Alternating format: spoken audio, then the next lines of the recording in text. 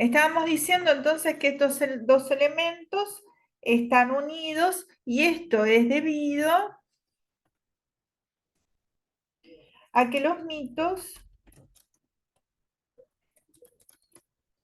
en cuanto a discursos, obtienen su estilo a partir del mensaje que transmiten.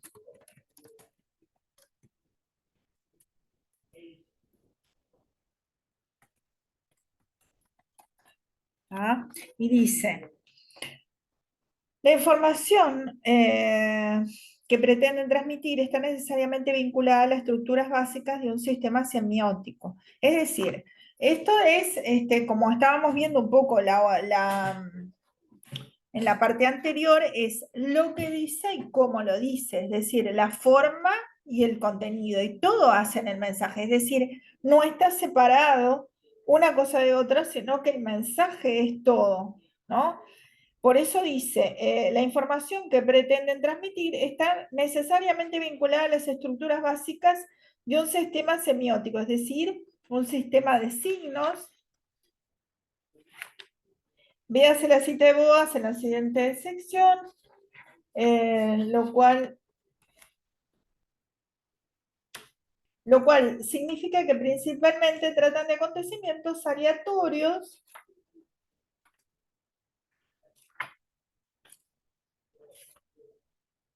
a los que intentan reducir a un patrón coherente que con los modelos interpretativos culturales. ¿Tá? Es decir, que a partir del mito también surge un modelo cultural. ¿A qué se refiere a modelo? Eh, es un modelo interpretativo cultural, es decir, una forma de entender la realidad. ¿Tá? O sea, con los mitos queda plasmada una forma de entender la realidad, sería esto, ¿no?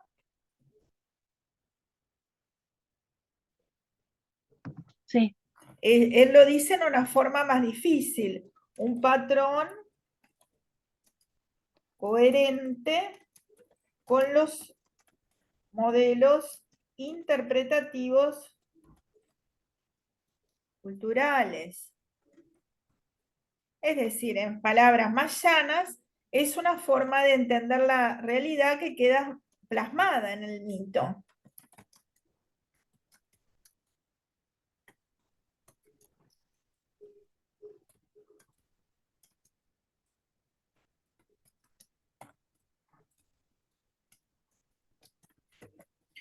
Es una construcción cultural, ¿no? Es decir, nosotros vivimos en construcciones culturales, ¿no es cierto? Construcciones culturales que en aquel momento tenía como validez esta forma, la forma de mito, ¿no es cierto? Bien. En esta operación funcionan como mecanismos lógicos, dialécticos, que exploran profundas contradicciones, mitigan sus efectos y los reabsorben. Por el contrario, los archivan como irresolubles. Es decir, dialécticos en el sentido que hay una idea contrapuesta a la otra de la cual surge una síntesis. ¿Sí? Los mitos, por tanto, son mecanismos semiogenéticos que operan sobre el mismo núcleo de todos los procesos cognitivos. Es decir, son sistemas que dan origen, ¿tá?, a lo que es cierto tipo de pensamiento, cierto tipo de forma de ver la realidad, ¿no es cierto? De cierta manera son como un paradigma de la sociedad. O sea, esto sería como el extracto de lo que dicen acá, ¿no? Son un paradigma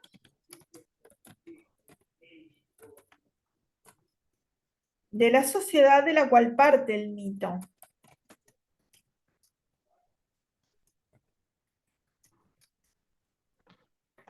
¿Tá? ¿Por qué? Porque está revelando un sistema de creencias, un sistema cultural Ya les digo, si eran politeístas del politeísmo o de lo que sea, ¿no? ¿Hasta ahí va entendido? Sí. Bueno, después habla de los aspectos teóricos. Bodas y Levi Strauss han propuesto una teoría sobre mitos a nivel de lo que algunas veces se ha llamado estructuras profundas. Dos citas que pueden servir para aclarar este punto. Si hiciéramos un paralelismo ante un fenómeno etnológico, los fenómenos lingüísticos, veríamos que el rasgo más común entre ambos es que agrupan un considerable número de actividades bajo la forma de una sola idea, sin la necesidad de que esta idea penetre en la conciencia. Creo que la formación inconsciente de estas categorías es una de las características fundamentales de la vida étnica, manifestándose incluso en muchos de sus aspectos más complejos. Y dice, en mi opinión, muchas de nuestras actividades y creencias religiosas, nuestros conceptos étnicos e incluso nuestros conocimientos científicos, que aparentemente se basan en razonamientos conscientes, se ven afectados por esta tendencia a la que distintas actividades se asocian bajo la influencia de fuertes emociones. Ya ha sido reconocido con anterioridad que esta es una de las causas fundamentales de las equivocaciones y la diversidad de opiniones. ¿Acá de qué habla en esto de que acabé de leer? Y que hay distintas formas de interpretar las cosas dependiendo del lugar donde procedemos. Ahí está. Y también las estructuras profundas, habla del inconsciente, es decir, que muchas veces los mitos, ¿tá?, tocan aspectos de las estructuras profundas, es decir, del inconsciente, aspectos complejos, ¿no es cierto? Ujú, ¿Ah? Van a ver en Edipo, ahí tienen un claro ejemplo de, por algo después se llamó Edipo, ¿no? Este, eh, pero la obra está allí, ¿no es cierto? La obra está allí. Es una obra que ya le digo, vamos a hacer un foro y ya las correcciones la pueden inclusive consultar para hacer, para responder las preguntas, ¿está? ujú. Bien. Que lo pueden unir a todo esto también, o también podría ser alguna pregunta relacionada con esto que estamos viendo. Bien, después habla de otros autores. Igual yo les digo que la idea mía, ¿no? Era ver un poquito, entonces, en general, el concepto y las características. No era tampoco, digamos, era una pregunta, ¿no? Este, el carácter, entonces, el carácter profundo.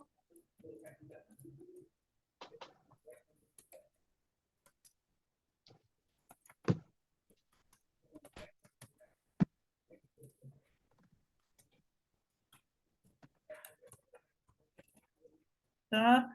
Habla de la parte inconsciente.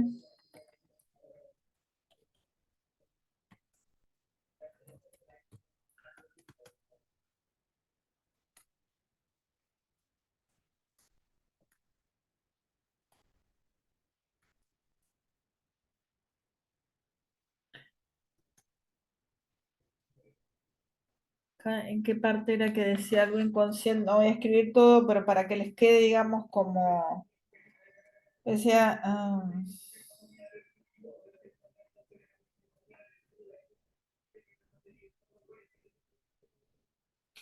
Bueno, bien, lo que hemos manejado, ¿no? Revelan aspectos complejos del inconsciente también. Esa es la idea que nos queda también.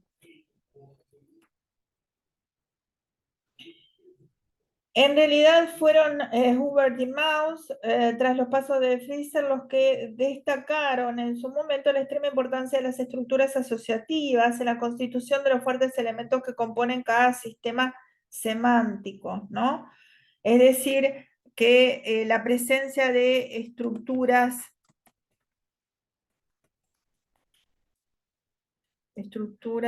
asociativas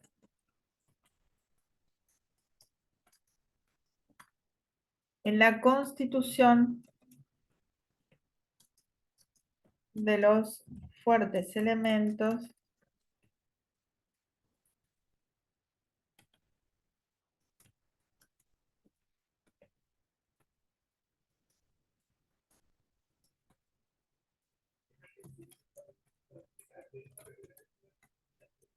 ¿está? Fíjense entonces, esto es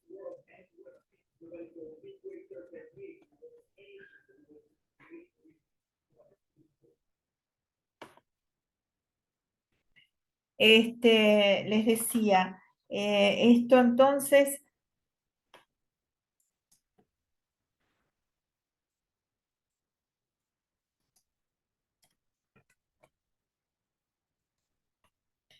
bien,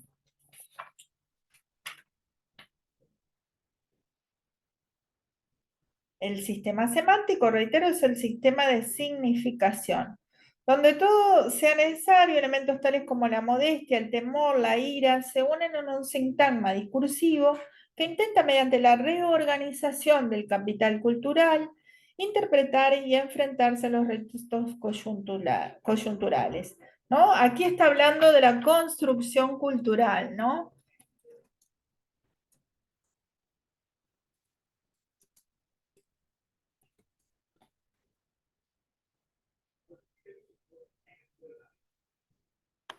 Aquí, desde que empezamos aquí, serían todas las características. ¿Ah? Bueno, a este respecto, la ciencia y la mitología proceden de forma similar, ambas reordenan el capital acuñado por una determinada sociedad para someter a una nueva gestión las existencias almacenadas en la memoria colectiva de un grupo determinado. Entonces, también, ¿qué pondríamos acá?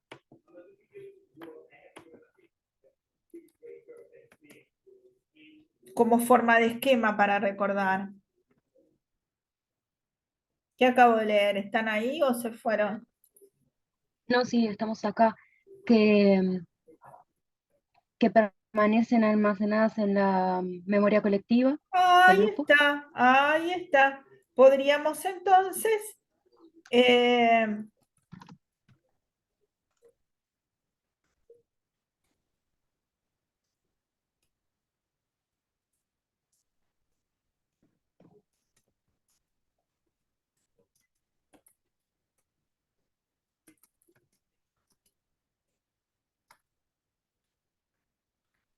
acá entonces estamos desglosando y ustedes cuando analizan tienen que ir pensando y razonando así, es decir, viendo a ver qué significa lo que va diciendo, ¿está? Ah, Bien. Después toma.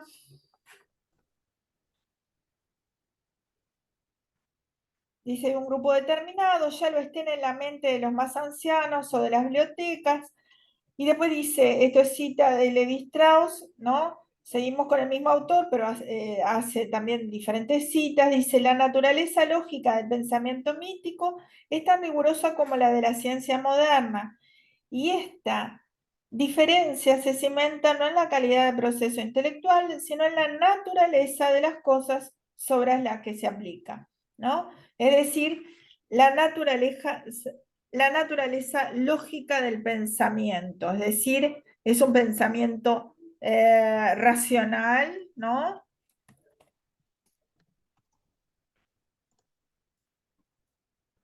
Que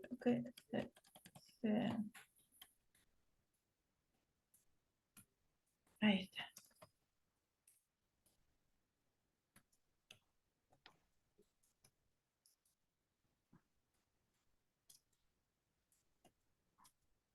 Es tan rigurosa como la ciencia moderna, es decir, que hay un mecanismo racional de la elaboración de los mitos, que no está hecha por azar o instintivamente, sino que hay un mecanismo lógico que la estructura, que la sustenta, ¿no? Que forma parte del pensamiento mítico. ¿Hasta acá hay alguna duda o van entendiendo mejor el repartido? No, yo no voy entendiendo. ¿Van entendiendo las dos? ¿Melina también? Sí, sí, ¿Sí? sí, ¿Les va gracias. quedando más claro el...? Bueno, Belén había contestado, pero Melina no sé si... Melina, tú fuiste la que me contestaste. Ah, no, vos, Belén, me habías dicho al principio como que no entendías o algo así, ¿puede ser? Sí, era lo que te había dicho, que en realidad esto está, pero ya cuando empieza a hablar por ejemplo, en la identificación de contrastes, la disposición, cuando habla de la mediación, todos esos pasos, eh, bueno, que ya es cuando está como desarrollando más la parte bueno, de los distintos métodos de análisis que uno saca a partir no solamente de la estructura, sino aparte menciona varios mitos, ¿no? Va poniendo ejemplos de mitos y a partir de esos mitos como que va tratando no solamente la estructura, sino el simbolismo y que se puede definir a partir de ahí, pero claro, como que me mezclo un poco. Claro, Eh, pero ahora va quedando más definido, ¿no? Bueno, después sí, dice, los procesos del pensamiento mítico pueden parecer confusos porque el método que utilizamos para acercarnos a ellos también lo es, ¿está? O sea que lo que señala acá es que el método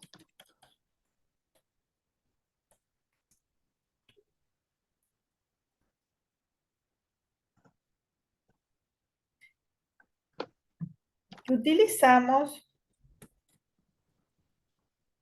para acercarnos al mito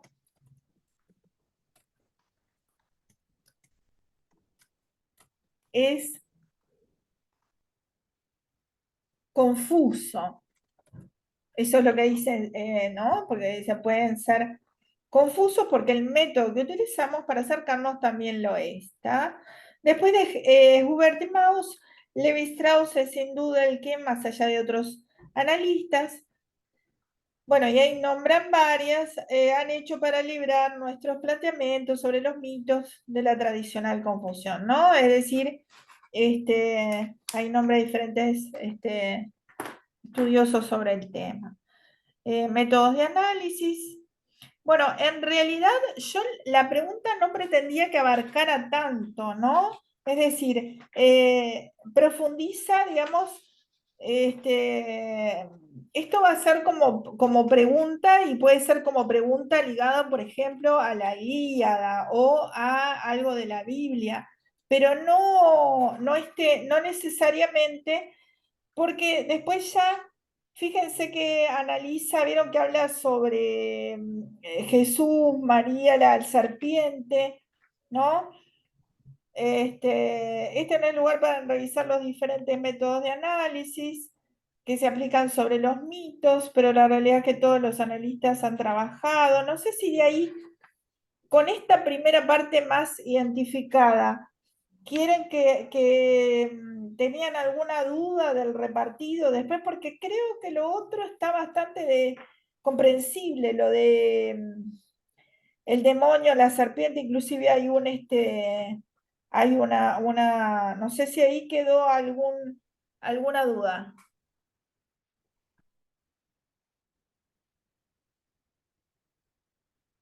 ¿Quieren que hablemos de esto? Fíjense, ¿quieren que hablemos de esto o les quedó ese mito? a mí me ayudaría si lo explica un poco porque Entonces, siento que eh, le tengo flojo. pasamos a la parte que dice, lo que sigue en este capítulo, estoy en la 228, lo que sigue en este capítulo es la presentación de la concisa guía de bolsillo sobre el análisis estructural de los mitos. O sea, lo que él hace, que ahí ya escapa lo que yo les preguntaba, porque yo le preguntaba las características estas, generales, ¿está? Pero luego habla del análisis estructural de los mitos. ¿Ya? Y dice que hay cuatro partes: identificación de contrastes,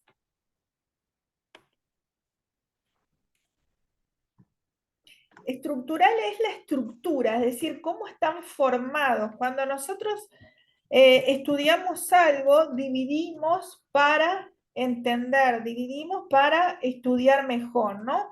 Él lo divide en 4: identificación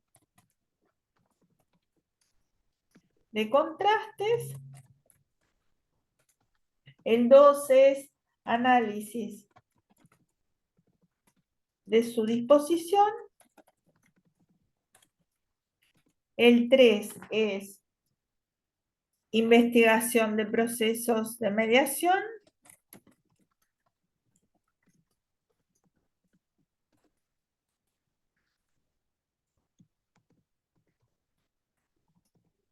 y el 4 es determinación de la estructura global.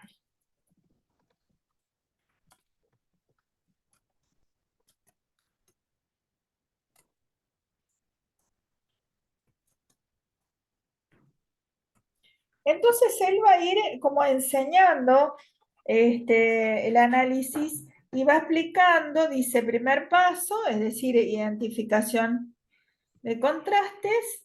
Este paso consiste en la realización de un análisis paradigmático que es en el que se basa todo procedimiento. Es un proceso esencialmente émico, determina de acuerdo con las categorías específicas culturales, los ejes vectores semiogenéticos que componen un texto definidos así al estilo semiótico de Lobman y de la escuela soviética. ¿Esto qué quiere decir? Que va a desglosar en sus partes al mito, ¿no es cierto? Va a desglosar según el estilo semiótico de Lotman y de la escuela soviética. Así pues, hay contraposición entre dichos vectores desde un punto de vista émico, por supuesto, y es así, y si es así, ¿de qué forma se contraponen? Con este planteamiento debemos recurrir a protocolos no semánticos, ¿tá? Como los de Turner, Black o sobre la exploración del significado connotativo, es decir, que sugiere a través de protocolos como el de la asociación. ¿Tá? Ahí se refiere, ahí no se entreveren porque no. Vamos a lo que dice en sí de lo que él encontró, porque después ahí nombra, vieron que nombra a Johnson y se refiere a otros. Dice, de esta manera, para representar el mito cristiano del pecado original y de la salvación de la humanidad por medio de la muerte de Cristo, determinemos en primer lugar cuáles son los contrastes y colocaremos sobre el cubo semiográfico. Este cubo es justamente para entender los signos, ¿no? Es una gráfica para entender los signos, eso sería semiográfico. Los 3 planos horizontales definen los contrastes verticales: abstracto, sobrenatural; concreto, sobrenatural y humano. ¿Tá? Vieron que está, ustedes tienen repartido ahí, ¿no, gente? Están viendo, ¿no? Sí, yo lo tengo a la vista. Sí.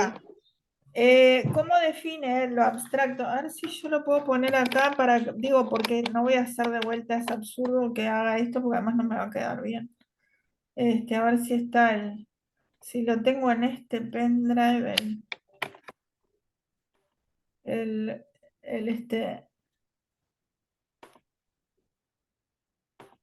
repartido abro. Si no lo tengo en este pendrive, no, porque no voy a estar 2 horas buscándolo.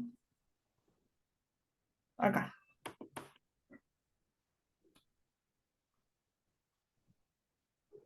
Ahí lo están viendo, se está abriendo.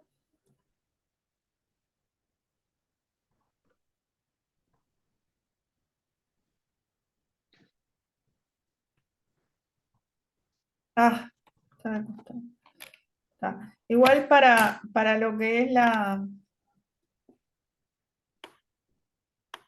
para lo que es el dibujito, está en la 4ª página, ¿no? Para qué es el dibujito, capaz que lo podemos ver bien o no. ¿Esto cómo queda? Igual abajo ve en la barra negra Acá. ¿Cómo? que puede voltear, que ve que cuando baja le aparece como una barrita abajo. mire, baje, eso le volteó la página. Genial, genial, gracias. Bueno, entonces, fíjense que acá tenemos lo que dice, de esta manera, para representar el mito cristiano del pecado original y la salvación de la humanidad, por medio de la muerte de Cristo, determinaremos en primer lugar cuáles son los contrastes y lo colocaremos en este cubo semiográfico, es decir, este cubo para entender los signos, para entender a qué se está refiriendo. Él hace entonces este estudio. Los tres planos horizontales definen los contrastes verticales, abstracto, sobrenatural, que quiere decir justamente algo que está más allá de lo natural, y abstracto es que no es tangible, ¿no? Son conceptos, digamos, que permanecen en la mente, en la idea, ¿no? Concreto, sobrenatural, ¿tá? Concreto sobrenatural, que sería el aspecto de Jesús, la serpiente, María, ¿tá? Y por último, lo natural, concreto, humano, Adán y Eva. ¿Está? ¿Quedan claros ahí esos tres niveles que él plantea? Sí. Sí, Bueno, ahí dice, los lados izquierdo y derecho del vértex horizontal representan el varón y la mujer, respectivamente. Vieron que de este lado está Adán en lo natural y en la misma parte está Jesús en lo sobrenatural. Y Dios también está de este lado. Luego está María como sobrenatural, Eva como concreto sobrenatural, entonces María, y como concreto natural, Eva. Ahí están viendo. Muy bien, entonces dice, los lados izquierdo y derecho, bueno, eso ya lo leí, pero bueno. Los lados izquierdo y derecho del vértex horizontal representan el varón y la mujer, respectivamente. En la dimensión profunda, lo positivo, lo bueno, inmortal, y lo negativo, malo, inmortal, se corresponde con Adán y Eva antes y después de cometer el pecado. Las líneas discontinuas representan los posibles contrastes que han perdido en el sistema cultural, como por ejemplo deidades y demonios de sexo femenino. ¿Tá? O sea que allí queda justamente como dice ahí, ¿no? Los contrastes se pierden en ese sistema de demonios. Bien. Segundo paso, o sea que este era el primer paso, entonces, identificación de contrastes por medio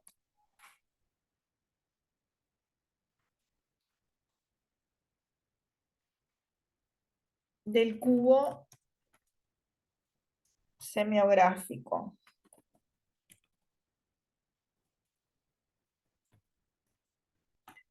Luego tenemos análisis de su disposición. Vieron que él va siguiendo, por eso les decía que en realidad es complejo, pero en realidad es muy ordenado. Gente, una pregunta, porque me marca 8 minutos. ¿Ustedes se quedan más tiempo? ¿Nos unimos otra vez y se corta? ¿O Sí, por mí sí, o sea, para terminar sí, con el ah, repartido, me parece bien. está perfecto? Análisis de su disposición,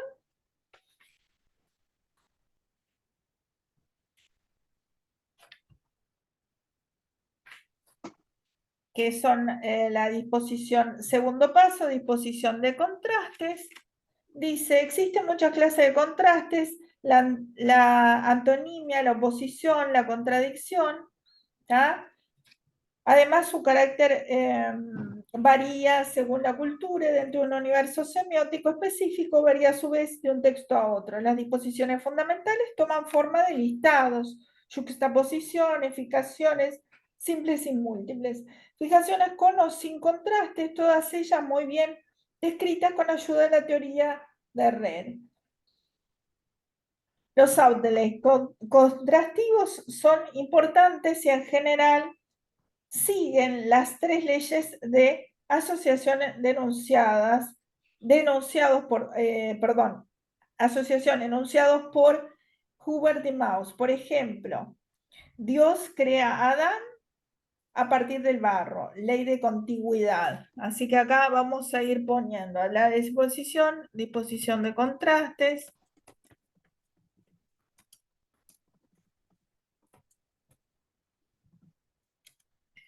Y acá entonces vamos, ordenando, ¿no? Lo que va diciendo. Dios crea a Adán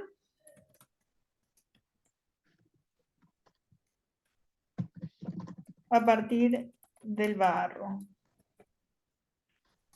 Acá entonces, ley, vamos a poner para que quede más ordenado, la ley primero que él menciona, ley de continuidad. A ver si me salen los dos puntitos. Ahí va. La ley de contigüidad. ¿Qué quiere decir algo contiguo? Algo contiguo es que está inmediato. Ley de contigüidad quiere decir ley de inmediatez. Algo contiguo, vieron que los cautos, cuando se dice cuartos contiguos son que están al lado. Bueno, lo contiguo es lo inmediato, ¿no? Y ahí va mediante un proceso metonímico. Entonces, lo otro que señala, proceso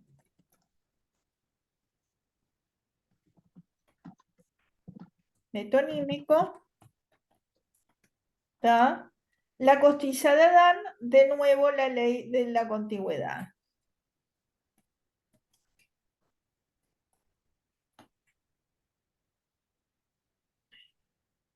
Ah, no, acá me entreveré, esperen un poco. El proceso metonímico es Eva, creación de Eva.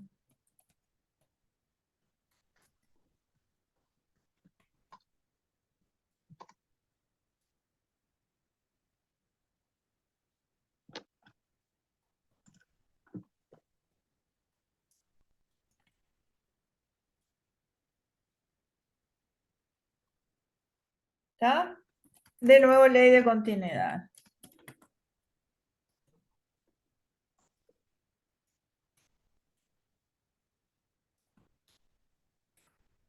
¿Por qué dice proceso metonímico? Porque Eva se está transformando a partir de... Ahí está. No se olviden que la metonimia es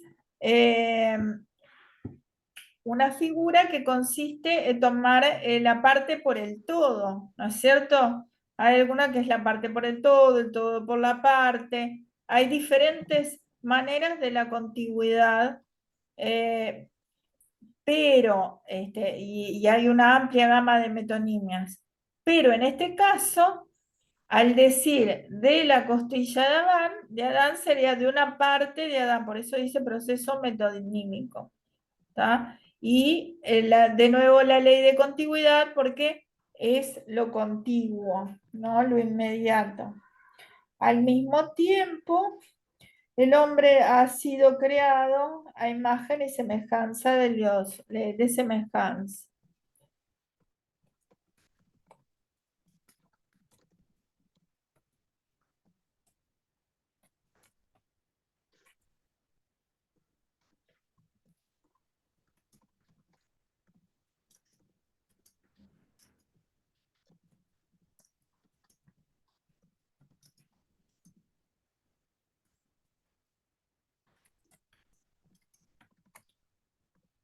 Que esto ya le sirve todo para la parte de textos de inspiración religiosa.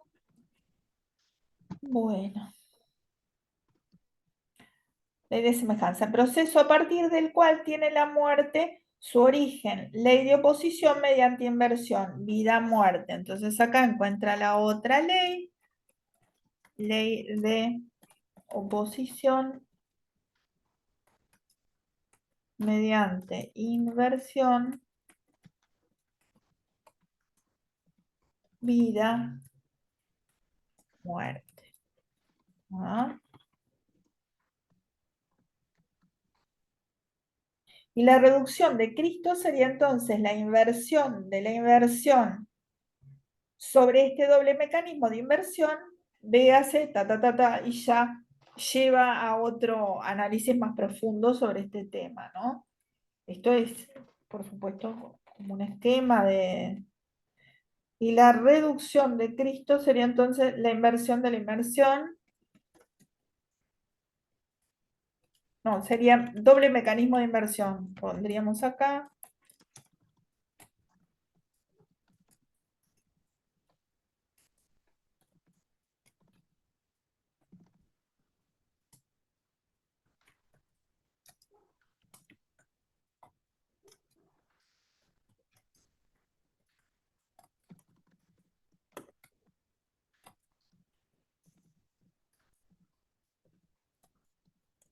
Bien.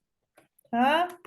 Por ahí va quedando más claro. Queda un minuto y se corta. De vuelta tenemos que esperar los minutitos, no se olviden. Pero si se unen de vuelta, yo me uno, no hay problema. Sí, sí, nos volvemos a Dale. unir. Perfecto. Entonces, el tercer paso. El tercer paso dice, investigación de los procesos de mediación.